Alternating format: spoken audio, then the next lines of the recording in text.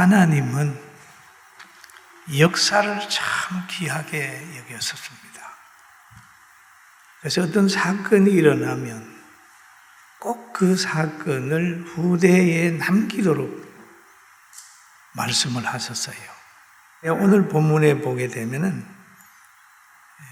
광야 40년 지나서 가나안에 들어가면서 요단강을 건너는 사건이 있는데 그 요단강을 건널 때에 일어나는 것들을 그냥 묻히게 하지 말고 후대에 흔적을 남겨라 그렇게 했어요.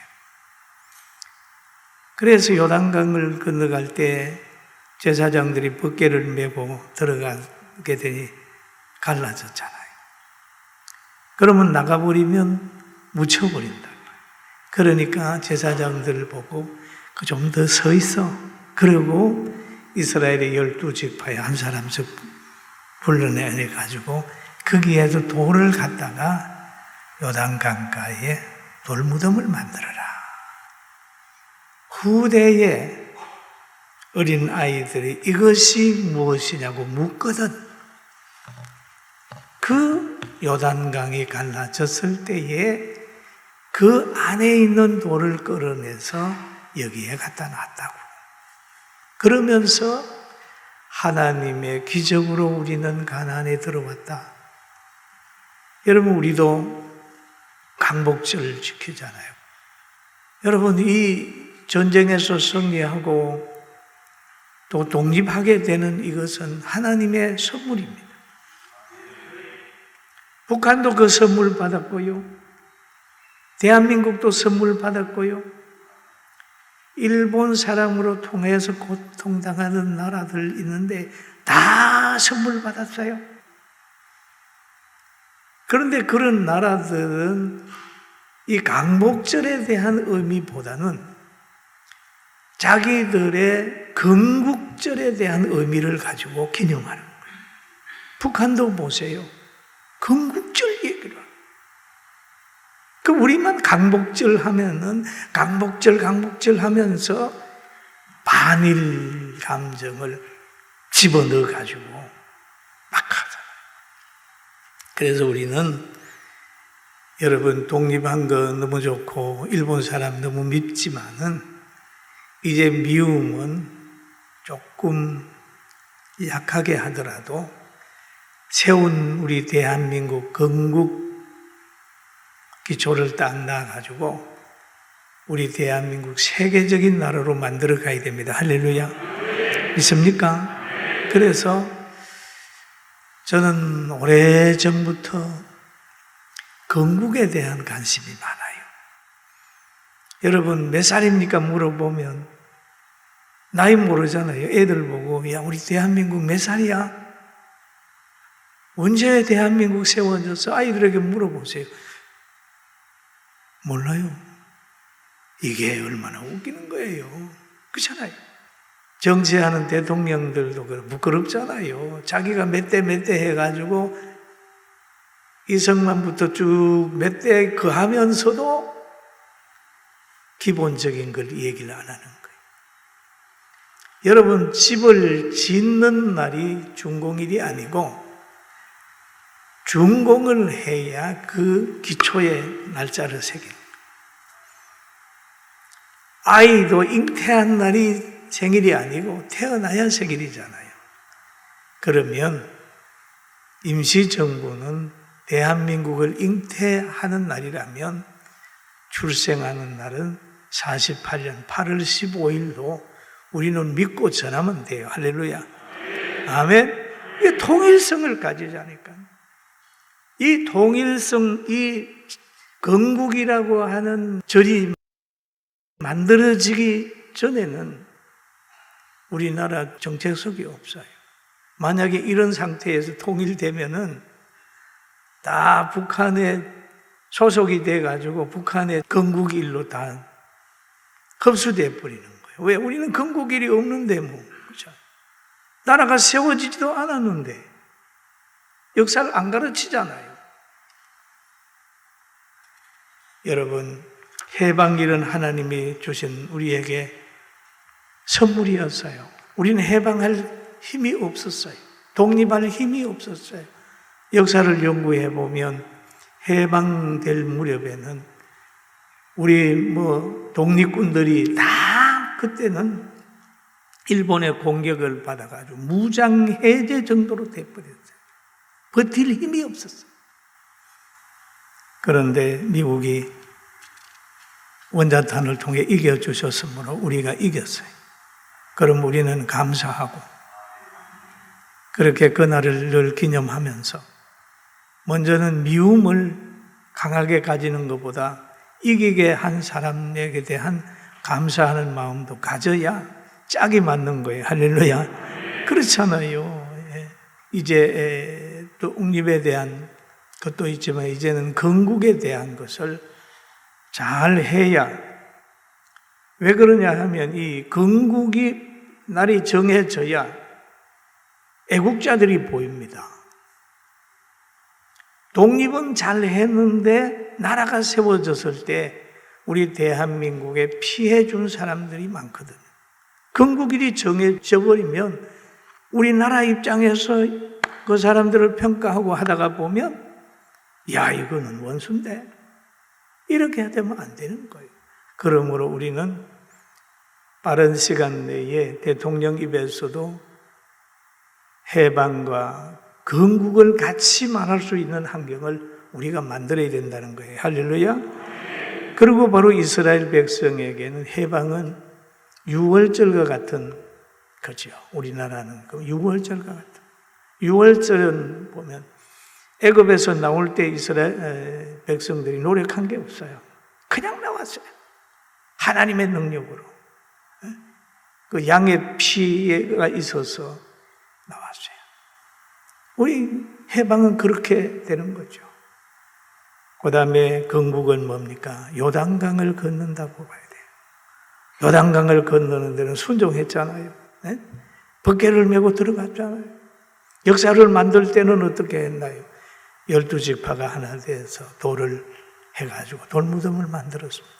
그래서 건국절이 만들어지면 비로소 우리 대한민국이 자유를 지키는데 기초가 된다는 것을 깨달으면서 건국절을 꼭 기억하는 우리 모두가 되기를 바랍니다.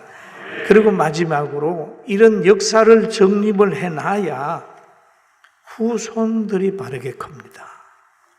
오늘 성경이 그러잖아요. 이것이 너희 중에 표정이 되리라. 후일에 너희 자손들이 물어 이르되 이 돌들은 무슨 뜻이냐 하거든. 건국절이 무슨 뜻입니까? 라고 물어보거든. 우리나라가 이렇게 세워졌노라고 설명을 할 수 있는 절기를 만들자. 그러면 우리나라가 세워질 때에 어떤 기준으로 세워졌느냐, 어떤 정신으로 세워졌느냐, 자유민주주의 정신으로 세워졌고 기독교적인 가치관을 가지고 세워졌잖아요. 그것을 설명하려고 하면 건국절이 만들어져야 돼요. 할렐루야. 그러면 거기에 이승만도 나오게 되고 미국도 나오게 되고 그다음 조금 더 나가다 보면 6.25도 나오게 되고 승리하게 되는 거예요. 사랑하는 성도 여러분, 우리는 강복을에 대한 감사와 건국에 대한 감사를 가지면서 열심히 기도해서 앞으로 대한민국을 크게 만드는 데 주역이 되는 우리 동역자와 우리 모두가 되기를 주의 이름으로 축원합니다. 8월 15일 광복절과 건국절로 함께 기념하자. 우리는 대한민국에서 자유와 평화를 누리면서 세계 10대 경제 대국이 되고 전 세계인들이 속하고 싶은 나라에 살고 있다. 그러나 건국한 날도 통일성을 이루지 못하고 건국의 영광스러운 날에 일본의 지배받을 때를 기억하며 8.15 해방만을 강조하고 반일 감정을 뿌리 깊이 박아 놓았다. 이제는 지배자나 전범자들까지도 경제와 안보를 위해 용서하자, 행복을 위해 교류하고 민족의 우수함을 나타내자. 우리나라는 1948년 8월 15일에 건국이 선포되었고 1948년 12월 12일 유엔에서 나라로 인정했다. 이승만 대통령에 의해 국민, 영토, 주권이 있는 온전한 나라로 세워졌다. 그러나 북한의 영향을 받은 역사학자나 정치가에 의해 나라의 건국이 무시되는 지경에 이르렀다. 건국의 날을 상해 임시정부로 말하는 이들도 있으나 그것은 굳이 참고하자면 그날은 대한민국을 잉태한 것이고 1948년 5월 15일은 출생한 날 건국일로 보면 된다.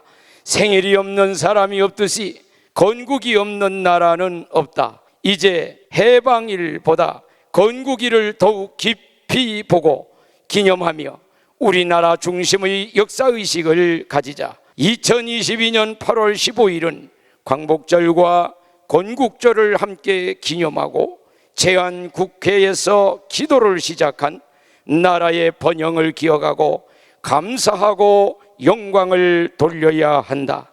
건국의 날을 지키며 건국의 이념, 자유민주주의, 시장경제로 역사를 바로 세우기 위해 빛에 속한 교회와 전국의 17개 광역시도의 기독교 연합회가 일어나야 할 것이다. 윤석열 대통령에게 바란다. 올해는 해방과 건국이 함께 지켜지고 해방 77년, 건국 74년이라 명하자. 그리하여 민족의 자존심을 살리고 바른 역사 의식을 가지게 하여 애국자들의 마음을 시원케 하고 자랑스러운 나라를 만들어 주기를 바란다.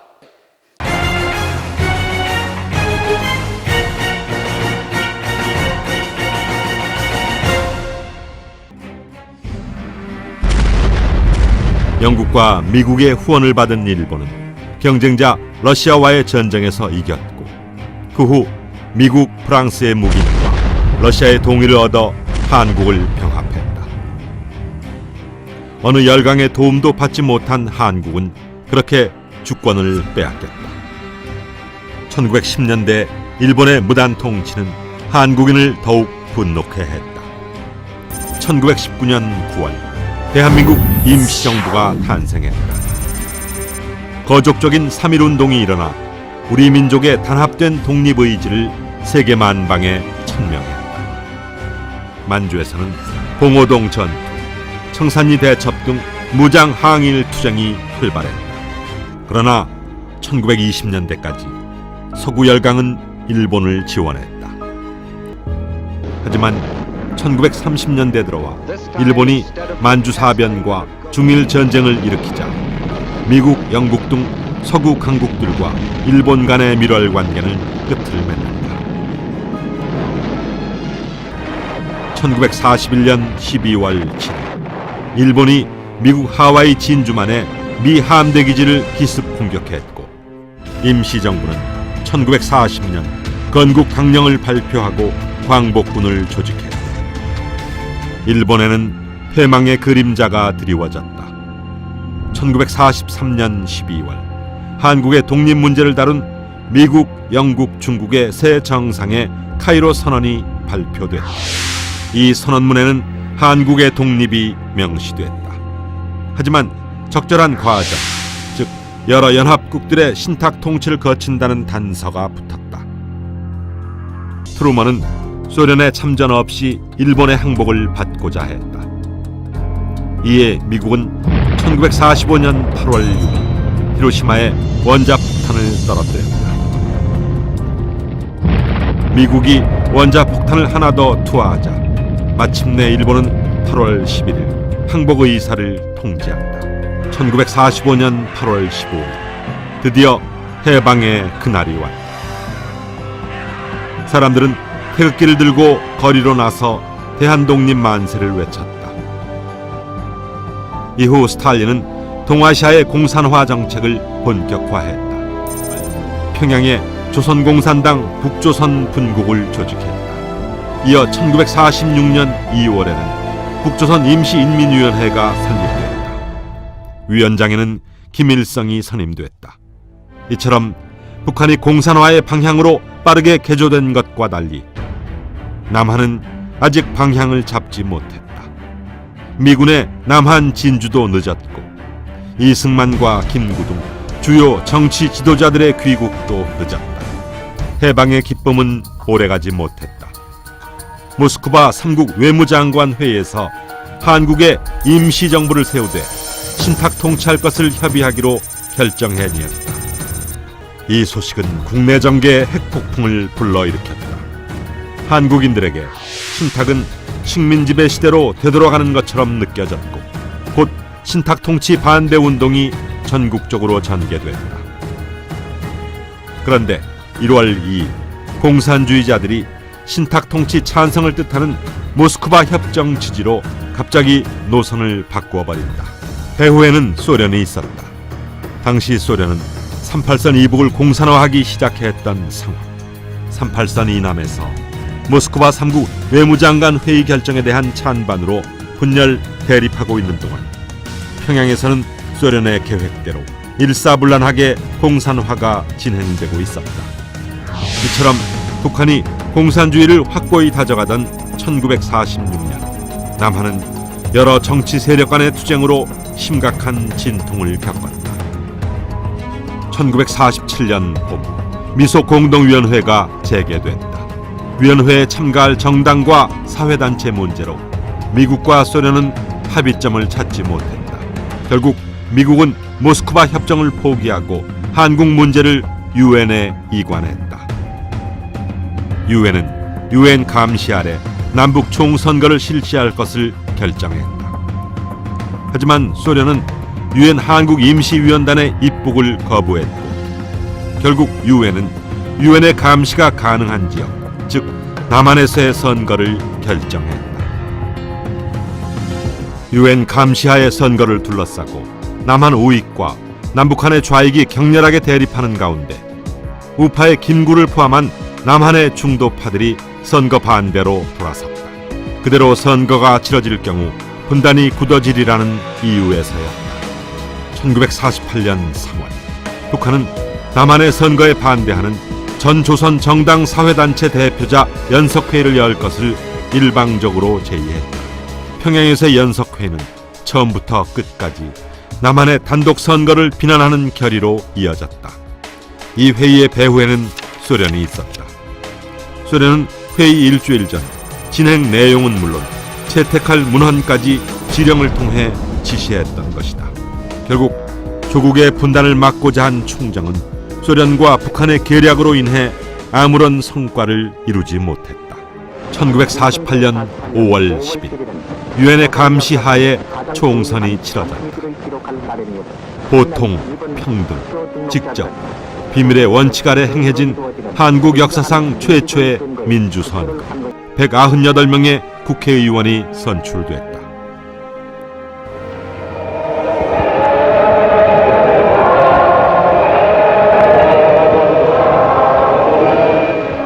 (5월 31일) 제헌국회가 개원하고 이어 7월 17일 대한민국의 이상을 담은 대한민국 헌법이 공포됐다. 제1조 대한민국은 민주공화국이다. 제2조 대한민국의 주권은 국민에게 있고 모든 권력은 국민으로부터 나온다. 7월 20일에는 국회의원에 의한 간접선거를 통해 초대 대통령 이승만이 선출됐다. 그리고 1948년 8월 15일 민족이 그토록 염원하던 독립국가가 마침내 대한민국이란 이름으로 새롭게 태어났다.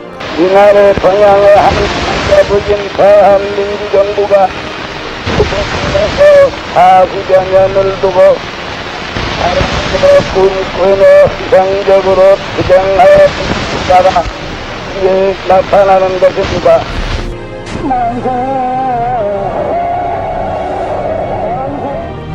대한민국은 1948년 12월 유엔으로부터 한반도의 유일한 합법정부임을 국제적으로 승인받게 된다. 신생 대한민국은 모든 것이 잘 갖추어진 나라는 아니었다.